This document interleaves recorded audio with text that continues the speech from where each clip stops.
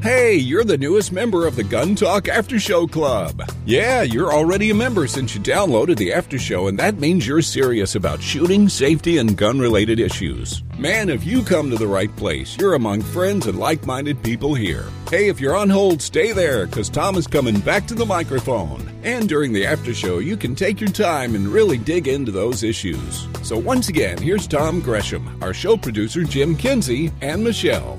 Run for the hills, it's the After Show. There's no surviving this.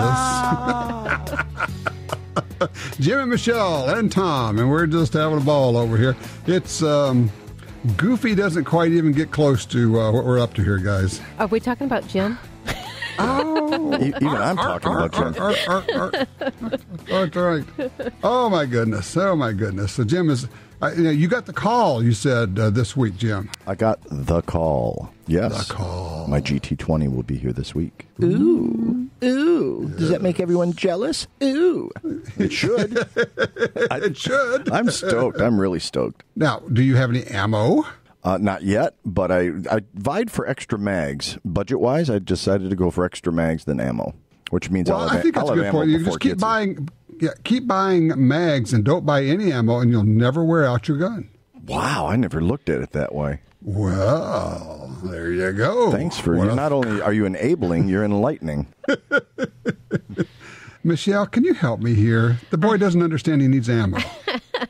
And no, I do understand budget is part of the problem, though. Well, there's that, and look, we know that feeding a 10mm is not as cheap as feeding a 9, although it's not terrible. It's not, and you can do some shopping. You can find some ammo out there. I think there's more 10mm ammo available now than I've ever seen before. Yeah, I don't know if it's like a mini resurgence or what. Oh, I'd have to agree with you. And I think what Jim needs to look at this as, he could share the ammo from his previous 10mm to put into the new GT20. I could do that. Well, that's true. I could, but I won't. You have the GT10. So now what? Are you not going to contaminate your GT10 ammo by shooting it in your GT20? Yeah, because they have different numbers. Oh, there's two different manufacturers. Tom, come on. Jeez. Well, you know what? We've got a guy who's one up on you. Bob is on line 3 out of St. Louis, and he's got something to tell you. Hey, Bob, how are you? Hey, I'm doing just fine. Yeah, I got it yesterday. And have you taken it to the range? Oh yeah, I worked in a dash out there just now, and I'm on my way back home. I just arrived in the driveway. All right. It shot fabulous. Really? Right. First couple trigger pulls, it's 1 inch at 25 feet, and 1.5 inches at 50 feet, and a minute of squirrel at 25 yards, so I'm really pleased. Wait. Did you get a squirrel, really? No, it's just a minute of squirrel. Oh, man, I was going to say, you could be the first person to take a game animal with a GT20. There you go. Now it's a race. We're going to see who can get a squirrel or a raccoon or a coyote, because there's almost nothing in season other than the varmints right now. All right, so talk me through this, Bob. When you got your gun, you opened it up, what'd you think? Oh, it's great looking. Folks at work liked it. I worked at Cabela's part-time. It was fondled before I got to it. Fingerprints all over it. Yeah. Did you already have ammo for it before you got the gun? Yeah, I followed your advice. Every time I saw some on the shelf there, I'd buy a couple boxes before I went home. Maybe he should repeat that for Jim. Pardon me, Bob, you're breaking up. I'm not hearing you, Bob. Jim doesn't understand this concept, Bob. Help him out if you would. Whenever you see a couple boxes, just get a couple. That way you'll be ahead of the game when you get your gun. Thanks, Bob. Are you writing this down, Jim? Thanks a lot, Bob. I love it. It's and the trigger is everything you said it was. I'm an old geezer, 74, so as the gun's traveling through the target, it seemed to break every time I was passing through a good spot. So awesome. It's just amazing how good that trigger is. And this is so weird. I had another guy write me this week and said, I got the P220 and 10mm, but I got the double action, single action, and really the trigger's not all that great. And I want to scream at him and go, yes, you got a duty gun trigger. The single action, double action is great for what it is. It's a duty gun trigger.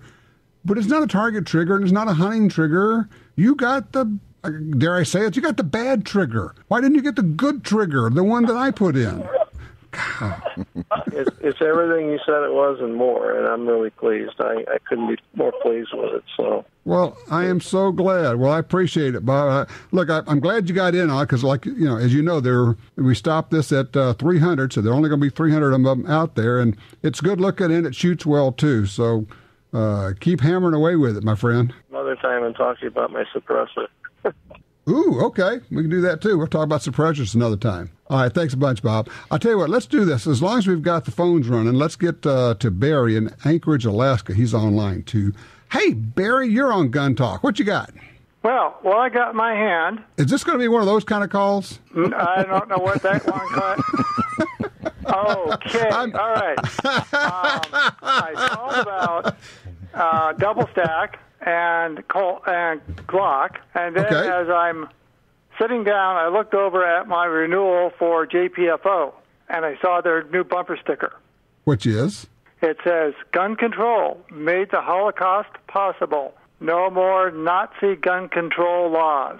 Wow. Ooh, I like it. It's got a swastika with a crossed red circle over it. Ooh. It's going on my Subaru here momentarily. Ooh, I like it on a Subaru. Even better. That's right. That is a great bumper sticker. It is. I've got to check to see if their new order form has got it listed so I could get a stack of them. Anyway, Glock. Yes. I did not like Glock when they first came out. I thought they were ugly as sin, and it's just not right to shoot a gun that's ugly. And then I bought a Model 20 at a police auction. That's the 10 millimeter. Exactly. And then I discovered function overrides beauty even in Tupperware. Combat Tupperware. That's right. Now, I ended up selling it because my plan was to use it for USPSA 3-gun instead of my pair ordnance. And it was like, no, I just can't download the 10 enough to make it nearly as manageable as the 45. Right. And at that time, in the early 90s, the 40 short and weak was starting to come out. And I just didn't have any interest in that. You can tell Barry's a gun guy, can't you? Yeah. So during the 90s and early, late 80s, very late 80s, 90s, and into early 2000s, I was shooting a pair ordinance of one flavor or another for USPSA. Using the double stacks? Double stacks, yes. I never did get a hold of one. I actually ordered up one of their light trigger single stacks, but it's not what arrived, but I bought it anyway. I like double stacks, but I got rid of all of them because I can't compete anymore, health reasons. Okay. Now, I am a NRA instructor, rifle, pistol, and a range safety officer, so I like to keep my hand in things and go to some classes. One of my buddies called and said, "Hey, did you see Cabela's? There are Black Thursday ads out." Well, they had a Rock Island 9mm 22 TCM. Yes. And now my younger brother is looking for a 9mm in 1911 because he had an accident and his left arm is not as functional as it was originally, and so he was looking for a 9mm. So I explained my buddy about 22 TCM and showed him info on the web about it. But the next day I couldn't resist myself. I went down to look at it. And they had the 22 TCM barrel and spring in it. And I went, oh, let's do a chamber check on this. And it's like, slickety-slick, I don't need hardly any muscle at all. It turns out it's like a 7-pound spring on it. Right. Nice. Yep. I found out they lightened the slide a little bit also. And I said, for this price, hell, I'll take it. And You enable yourself. yes, I'm a self-enabler.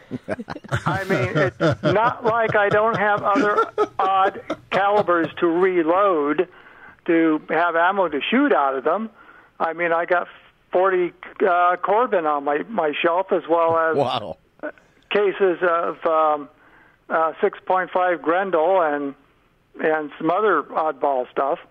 So it's not like I'm hindering myself by buying a gun that I can't get ammo for in Alaska off the shelf. Right. So, Makes a lot of sense. This is just yet another meeting of Enablers Anonymous here is what we've got. Hi, Barry.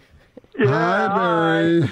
well, I'll tell you what. When I picked the gun up, the first thing I noticed was, and I knew nothing about the gun except the calibers, was, oh, this feels just like a pair of ordnance, except it's lighter. And the that's when spring it is a kind lot of struck me. lighter. Yeah, it's like, what, an ounce and a half? But it's just the way it's distributed. And then I tried the trigger, and the trigger was superb. Took an old Chinese lady who's a friend of mine out shooting, and she's got a Glock. That's what she's been training on for years. And she doesn't like it because the trigger pull is too long, and it drags on forever. Yep. And she had never heard about the anti-liability law trigger on the Glock. So you let her shoot a 1911 and she fell in love, right? I let her shoot the 1911 in the 22 TCM, indoors with concrete walls on either side of us. I don't advise standing to the side of a person when they do that. It's a pretty loud little package, yeah. Yeah, there's a little bit of concussion there. Her first reaction was, the gun went boom! I'm going, yeah, what else was it supposed to do? She said, no, it went boom! I'm going, back up. She was expecting this long, drug-out action on the Glock. Oh. And instead, she put about 4 pounds worth of pull on the trigger, and instead of just dragging the plastic back, it went boom. So she was surprised when it went bang because she was thinking it was going to be a lot harder trigger pull. Well, and look, I've got to keep moving here, Barry, but I just got to ask you, so your takeaway on the Rock Island double stack 1911 combo 922 TCM, what do you think? I love it. My brother tried it with the 22 and said, for the first time in 18 months, I can defend myself. Cool. That is very cool. Barry, look, thank you. That is a great range report. I appreciate that. That's a testimonial. How about that, guys? Heck yeah. We've talked about this, and Michelle, in the store, because it's not just a store, you guys have a range, so you get to watch people who struggle working the slide on semi-autos, whether it's technique or strength or whatever. And if you can have a gun with a lighter spring on the slide, that's going to help a lot of people. And that's what I was just thinking. You know, earlier in the conversation of our regular radio program where you had the gentleman calling in because his wife's unable to operate the slide. That happens a lot. And sometimes it's not just the women. A lot of men on some of these small guns. And kids, yeah. Yeah, can't operate and function the firearm correctly. So this is an excellent outlet as long as the gun itself isn't too big for the hands of the person shooting it. It's, I think, a great outlet to training. In this package, you get the 22 TCM barrel and you get a 9mm barrel, same gun, just swap out the barrel and the spring and just keep shooting. Yeah, that's pretty nice. What's one of the reasons that we like the mid-size 380s, because the recoil spring is so light on them, anybody can work those. Well, I think it's also becomes a safety issue because you got somebody really struggling with the slide. They may do something unsafe to try to get a non-conventional way to chamber it, and you're in a real dangerous situation potentially. If there's something they can chamber conventionally, you eliminate one potential problem. You see them, they've got the gun pointed downrange, and then to work the slide, they turn it at a 90-degree angle while they're wrestling with it, and the whole time this gun is pointing at whoever's on their left side if they're right-handed. Yep. With the thing pointed all the way down the line, right? Yep. Right. They become extremely aggressive and force a shot instead of just allowing it to go boom, like what Barry just shared with us. And it makes a huge difference downrange, obviously, whether or not you're on target and where you're on target. So, yeah, I think anything that we can do to, get these firearms out there and to talk about them, try it. Go try it. It's worth the investment. Hold one. See what you think. Well, let's talk about that more after this break because the music's creeping up on us. All right. All right. We'll be right back. EWL by Slip 2000 is the absolute best gun lube available, period. It will never gum up or become sticky. It won't attract dust, dirt, or sand, and doesn't freeze in cold weather. It penetrates and bonds with a metal-reducing friction and wear, which means less cleaning and easier cleaning. Why not try it? Visit our participating dealer for a free sample or go to slip2000.com. That's slip2000.com.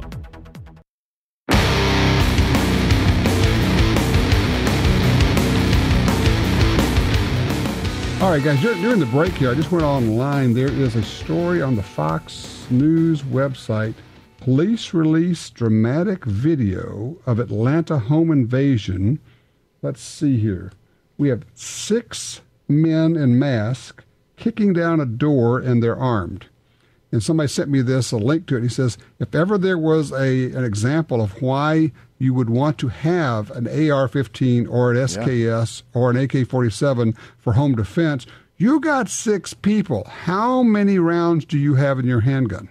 Just there it is. And, at that point, I like the 30-round or, frankly, even the 40-round magazine starts to sound pretty good because if I got 6 people with guns coming in, I'm planning on shooting every one of them as many times as it takes. Well, I think in these types of situations, too, I know we talk about it off and on, but probably not enough is the placement of the firearms within the home to be able to arm yourself or, take shelter with your family wherever you need to do or whatever you're feeling at that time is crucial. Yeah. What's a good, do you have, I don't want you to reveal everything about what you guys do, Michelle, but just thinking in terms of, okay, if I want to have a long gun available in my home for self-defense, if it's like nighttime, do you take it out of a safe and put it next to your bed, or what would be a good system? Well, I think it's going to depend on the layout of your home. Some people have what we call safe rooms. Other people do not, where they just barricade their family into, maybe a laundry room or someplace with a window or, those are all things that we have to take into consideration. But, how quickly can you get to it? Where's the extra ammunition? Do you have mags ready to go? If you're going to go and get the children out of the room, are you advancing and getting more firearms on the way? Maybe. Those are all things to seriously consider. You got to think about that now, not in the heat of the moment. Exactly. All right, here's a thought for you. Assuming you have kids, that you're going to have to go get a kid, and you have a gun, what are you going to do with the gun when you pick up your kids? One or more of them. Which leads me back to this, I always thought it was a funny image. Ed Head, when he was range master at Gunsight, he said he kept a gun belt with a gun, holster and a gun and mag pouches on it next to the bed. And so if he got up in the middle of the night, he just stands up and puts on his belt, and now he has his gun, his holster, his extra mags, and everything. He said, I may look stupid running around in my skivvies with a gun belt on, but I've got everything I need right there. Yeah, put a flashlight in it, and he's good to go. Right. Yeah, well, there's a flashlight in there. And that way you can use your hands to open doors, to pick up kids. If you have to shoot, if you carry the gun, now you got to put the gun somewhere. Where are you going to put it? You got to have a holster. Yeah. And if you're going to use a long gun, it must have a sling on it. Same deal. I need to sling my gun when I'm going to get my kids, or if I have to give medical help to somebody, that type of thing. So, every long gun should have a sling. It's just kind of like it's, It is to a long gun what a holster is to a handgun. I guess the other thing, if you're going to be using a long gun, say an AR, just for instance, as a home defense gun, I would want a flashlight on it, and I would want some type of probably a red dot optic type thing on it. That way I can keep both eyes open and just put the gun up, and the red dot's going to appear, and I know it's going to be there. I like the ones that either have no battery, or if they take a battery, the kind that, they've got aim point, battery stays on for 4 years. So you just turn it on, and you never turn it off. That way when you pick it up, it's on, and you just replace the battery once a year, and that way you always have a fresh battery. But you just never turn the battery off, because you don't want to be fumbling with that if you need it in a hurry. Tom, you had said that there was a home invasion. Was that Atlanta, you said? Yes. Let's do the math for a minute. According to the FBI stats, it's 2.9 rounds to get a hit. So let's round it off to 3, okay? You got 6 intruders, that's 3 rounds. That's 18 rounds right there that statistically average. Mm-hmm. And you need 3 hits to make a stop. So that brings us up to what, 54? And now you've got... No, I think it's... Yeah, I don't know how that adds up. One would hope that at some point in the middle of you hosing them with an AR, that some of them would turn around and decide to go somewhere else. Right. But you could potentially see you need a lot more than a 30-round mag. Yes. Fortunately, Magpul has I think it's Magpul. Yeah, they have a 40-round mag now that is almost... Am I right, Michelle? Is it Magpul that has the 40-round mag? Do you know? I don't know. Somebody's got a 40-round mag. Now, I know Surefire has like a 60-round mag, but it's $100. But the Magpul, I'm pretty sure it's Magpul 40-round mag, is only like $20. It's not much more than a regular magazine. And, running out of ammo in the middle of a gunfight's bad, I think. Again, I'm going back to the number, the stats, but that's about 54 rounds you would need right there. And you said, you would hope somebody runs out. That's kind of like, to me, like hoping the sound of a shotgun being chambered scares somebody to run out. You can't rely on that. Right. You've got to be juiced up. Yes, no, that's not it. I think it's Magpul. There it is. Magpul polymer 40-round mag. There it is. Ooh. And $17.97, first place I clicked on. So that's not bad. Wow. That's really cheap, yeah. Tape 2 of those together, one upside down, you got 80 rounds. That's right.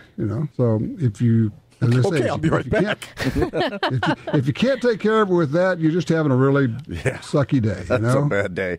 It just was going to be your day no matter what. Yeah, I guess. So, but yeah, I'm thinking that an AR, and for home defense, everybody's going to pick their own what they like. I'm probably going to go with a pretty frangible bullet, varmint-type bullets. Right. That way they're really not going to penetrate much of anything, but they sure will stop people. And there's just so much more power in a rifle rather than in a handgun. So. Well, like they say about handguns, are just used to fight to get to your long gun. Well, there's an interesting point. Michelle, what do you think about staging guns around a house? Well, I guess that's kind of what I was referring to earlier. I think it's necessary, and it's not the fact that you're being paranoid. It's the fact that you're being, I don't know what the best word is. Prepared. It is. It's prepared. It's prepared. I mean, if you're a Boy Scout, you're not paranoid. It's be prepared, their motto. Right. But if you're a gun guy, you're instantly paranoid if you're prepared. Right. Well, I guess you're worried about how everybody else on the outside is looking. But I tell you what, if you're in your skivvies and you're on the outside and your family is safely on the outside or nobody got in, you don't really care how you looked. Ain't a fashion show, sweetie. No. Boy, isn't that the truth? And the other thing is, look, if you're going to stage guns, particularly if they're going to be, in different places around the house, there are inexpensive gun safes, and I'm talking about the little metal boxes, not even safes, gun vault or any of that kind of thing. It uses a combination lock or whatever. Yes, it's going to delay you just a little bit. It's 2-3 seconds, but that way you could put these little boxes at various places, and you don't have to worry about somebody finding, going, oh, what is this, and pick it up, and then some doofus pulls the trigger on it. Right. So you could stage guns safely. I think the most crucial thing to that is a run through. You've got to frequently, just like you practice a fire escape plan, drill, yeah. You've got to do the same thing with handguns or long guns or whatever the situation is and what you want to use and where you stage them. But know how to get in them, blow a whistle, it's go time, and practice. I like that idea. Blow a whistle in the house, and when people hear it, they know, okay, this is what we do. I actually had somebody on Twitter. I was talking about, we talk about using our code word for your family. And when you say this, everybody gets up and you leave the restaurant. You just go with us. He said, well, I'd like to do that, but I don't want to frighten my kids. They're kind of small. And I said, you don't have to frighten them. You just make it a game. Hey, whenever we say magic popsicle, whatever we're doing, we all march out together. And you get behind mommy and daddy, and we're all going to go together. And so every once in a while, you practice the magic popsicle thing or whatever your code word you want to use is. And they get used to that being just a fun thing that you do. And then later on, as they get older, you can explain what's really going on. And look, this is the way we're going to leave an area. That's our fire drill. But even at a very young age, there's a way that you can make it work. Looks like I got to change my code word now, Tom. Thanks a lot. Oh, no. Darn. Magic something else. I'll come up with something. We went with the MP also, huh? Yeah. You were thinking M and P. You got confused. Right. Military, police. No, magic popsicle. Magic popsicle. Okay.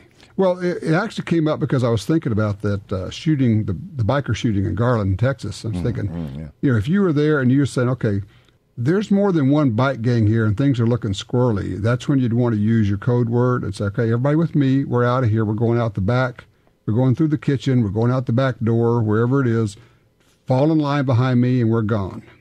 And I know people go, wow, I would never leave. I just leave. You can't just leave the restaurant and not pay for the bill. Oh, yes, I can. Yes, you can. I'll come back tomorrow and pay for it. Say, hey, I forgot to pay my bill, guys, and we'll take care of it. But, watch me. Watch me get out of that place fast. Yeah, you may have to pay your bill stepping around police tape, but that'd be a good problem to have. Yeah, exactly. I'd like to find out what happened on the news and not being a part of the news. Right. So anyway, just, and what we're doing here is you have to talk through these situations and you have to think about them. All we're doing here is the what ifs. What if this happens? What will I do? What if this happens? What will I do? This is a very worthwhile exercise. But not just for guns. Don't you find yourself doing that on other things as well? I mean, yesterday I was doing a brake job. What if I run out of sugar? I mean, come on. What if I run out of coffee? We're going to have an emergency code word for the coffee thing. Oh, yeah. I tell you. Yeah. Hit the store. Big time. Seriously, though, I was doing a brake job yesterday. I'm like, I'm wrenching on this thing, and I'm trying to crack it free. I'm like, what if? What if my hand slips? Where's it going to go? It's going to go into the fender. It's going to cut the hell out of my hand. So let's come at it from another angle instead of being stubborn and think through it. And I started to think about guns. I'm like, it's the same practicality. You have your knife out, right, Michelle, and you're cutting a box with the blade moving towards you, and you're thinking, this may not be the smartest thing I've done. Yep. Absolutely. And, we haven't talked about for a long, long time, I don't think, the go bags, the whole idea behind the go bag with, your water and your medications and, cash. Knife and money and maybe an extra phone, one of those throwaway phones. But all of that is crucial in a situation where you need to get out. There are times when you're not going to defend. You're going to retreat. If it's just you, the easiest thing to get out of the house is simply to get out of the house and do it. You don't have to stand your ground and take on a battle. All right, educate me, guys. I don't know about what they call burner phones or throwaway phones. Right. What do? You buy one? How does that work? Yeah, it's a prepaid phone in essence. You buy it, and it's got X amount of time on it, and it's a cash purchase, so there's no tracking of who bought it.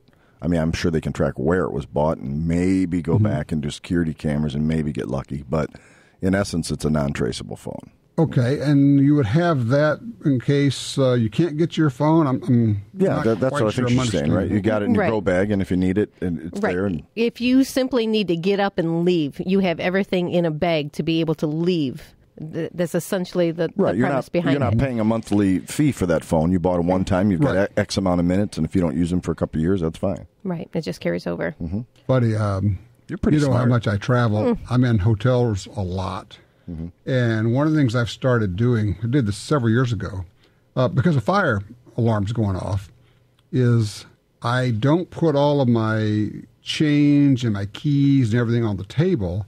I leave them in my pants pockets, and I leave my wallet in my pants pocket and the room key in the pants pocket, and I have my shoes sitting there so I can just roll out of bed, jump into my pants, jam on my shoes, maybe or maybe not grab a shirt, but I can get out of the room. I have my car keys in my pocket, so I can get down to the parking lot. I can get my car, and I can be gone.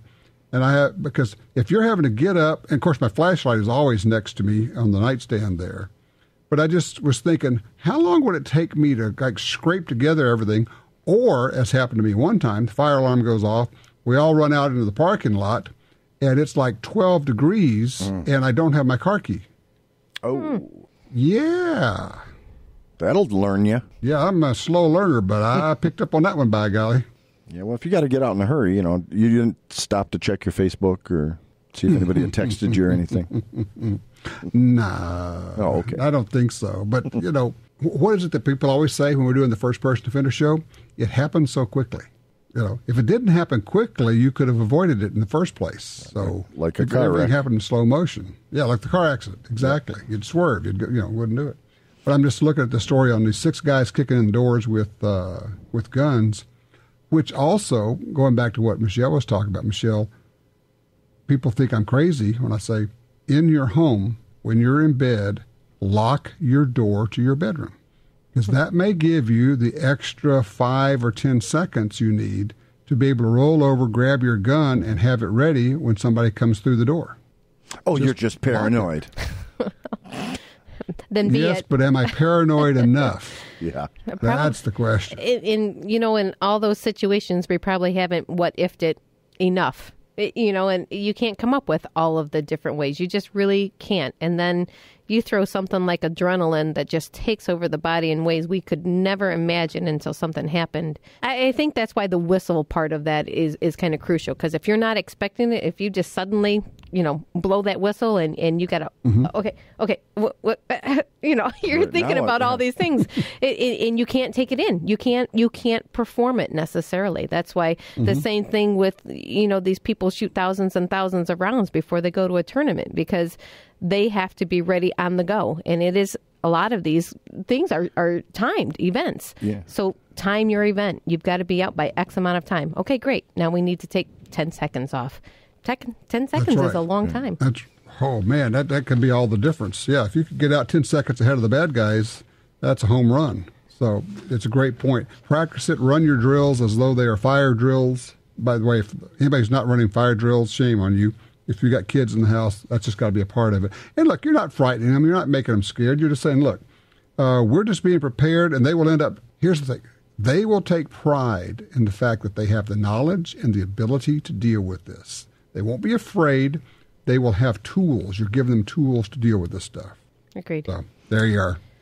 All right. Well, I am going to go take a look at actually a couple of, I hate to say this, a couple of guns I just got. You're into guns too?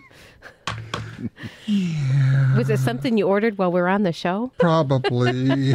Those bad people from Beretta came on the show and they talked about their guns and they made me look at their website. So there.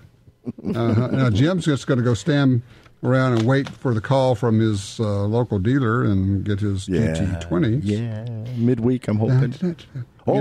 Which means you have enough time to get ammo. I'm going to make a Mike McNett call this week, so it should time out right about right. I like Mike. I don't know it. I don't know what to do with you.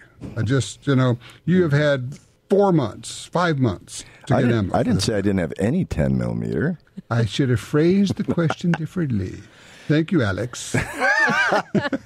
Hey, can we, in closing, real quick, talk about something that could happen to anybody that was stupid on my part, and it pertains to firearms? Okay. I consider myself very gun aware and very safe with a gun. And I got out of the shower the other day, and I had everything laid out, and I'm getting dressed, and I was in a real hurry, and I don't usually keep my gun in the holster when it's not on me. Mm-hmm. So I reached for the gun to get it and put it in the holster to mount it to my slacks, and my finger went right into the trigger guard. Mm-hmm. And I didn't freeze. I just stopped. And I went, and I instantly pulled my finger back out, and everything was fine. But I consider myself, I'm not a gun guy like you, but I consider myself real gun aware. And I did that. And it's like, this could happen to just about anybody. Sure. So it's one of the reasons I like keeping a gun in a holster when it's in a nightstand or anywhere else, just that way if I reach down and grab it, I'm not going to do that. Okay, then as long as we're telling tales, I'll tell one on me. yesterday. This is going to be a little bit hard to describe. I am in Jefferson City, Missouri. You know me, I'm always trying out holsters, right? Because that's what you got to do. You keep trying holsters. And this is an inside the waistband with clips that go over the belt. And I've got the Springfield Armory XDM 3.8, double stack 9. Right. And I've got it tucked in, shirt's tucked in, so you can't see it. And I'm sitting in this great little breakfast restaurant. It's got it's like old style. It's got these kind of chairs with metal backs. You know, it's almost like a tubing that goes up and makes a big loop and comes back down. Yeah. Okay. And then from the top to the bottom, there's several little skinny tubes that come down. Yeah. So I'm moving around, been having breakfast for about 20 minutes with this guy, and I'm kind of sliding in my chair, and I realize I can't slide forward in my chair. And I realize after working with it for a minute, the clip from the holster has swiveled around and clipped onto the back of the chair, onto the little small skinny piece of metal there. So I am now attached to the chair with my gun holster. And I'm thinking, well, that's just a little bit awkward. How am I going to get out of this without calling a whole lot of attention to the fact that I've got my gun attached to the chair that I'm sitting in? What'd you do? Well, I reached back behind me and kind of felt around, kind of figured it out. And the guy I'm with is looking at me like, what's wrong with you, man? You having a kind of fit or something? And I unclip it, and then I'm thinking, okay, now I don't know if my shirt's still tucked in, and do I have a cover garment, or is my gun exposed? And so I pull the shirt out and drape it down, and then I said, excuse me, I'm going to have to run to the restroom here. I get up and go to the restroom, and it was covered, and I got it all tucked in away again. But these clips were not real strong. They're plastic, and so I'm looking at that and going, I think I like those really strong metal clips. Yeah. We're going to go back to that. So, but once again, there's no way to know this stuff until you try them. Right. Well, like Alien Gear, for example, they have metal or plastic available. I didn't even hesitate to order metal. Yep, get the metal. Yeah, absolutely. Yep. So there you go.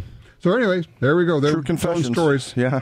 That's right. Michelle, nothing to add? No confessions? She's perfect in every way. Oh, you saw my halo. Oh, all right, Michelle, did you like the story about Michelle Sereno shooting the match with wearing a tiara? Yes. Yes, very much so. Do you have pictures? I'd love to see one of those. Yes, we do, as a matter of fact, and they'll show up on our TV show too. But you'll have to check Chris Sereno's Facebook page. Okay. Because they all post on that, and they got great pictures from this match. And Chris is a huge dude. He's a big guy. There's a picture of him with these two competitors, and they make him look like a shrimp. Wow. I swear, I'm sure each of them weighs between 4 and 450, and probably 6'7". They're just monster Chris guys. dwarfs me, and I'm a decent-sized guy. Yeah. Wow. I mean, it was something. I thought you were going to say Chris is wearing the tiara. I said, there's a visual. Maybe they should try that. I'm not seeing Chris go in the tiara. I just am not. Chris, I know you're 3 hours away from me. I didn't mean it. Although we did finally get into some really interesting stories of life as an air marshal. Yeah. So the stuff you see on airplanes, holy smoke. I bet. And most of those we can't tell on the radio or even on the after show. Wow. That's Yeah. Oh, well. How about we try to remember what the reason the day is for as we go about the rest of our holiday? Isn't it the truth? Just as long as we remember it, and not just this day, I think that's really the key. And just kind of keep it in mind, because there's some really special people who volunteer, and remember, it's an all-volunteer military. There's no draft. They jump into the middle of this and say, yeah, I want to do that. Wow. Thank goodness for that. So there you go. Amen. All right, you guys have a great week, and we will see you next Sunday. Take care, Tom. See ya.